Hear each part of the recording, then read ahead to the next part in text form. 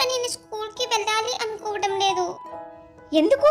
నిన్న మానేసావు, మొన్న మానేసావు, 1 వీక్ నుండి నువ్వు అసలు స్కూల్కే వెళ్ళటం లేదు సరిగ్గాను.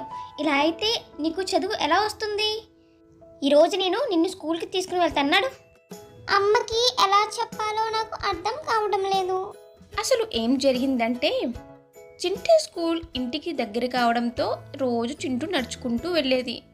ఏయ్ పిల్ల, నేను నిన్ను తీసుకువెళ్ళిపోతాను అని అతను రోజు బెదిరించేవాడు. పాపం చింటూ అతని వల్ల భయపడి స్కూల్కి వెళ్ళడమే మానేసింది. చింటూ వాళ్ళమ్మ స్కూల్కి తీసుకుని వెళ్తుండగా ఒక్కసారిగా చింటూ ఆగిపోతుంది. ఏమైంది నీకు? నడవకుండా ఎక్కడెందుకు ఆగావు?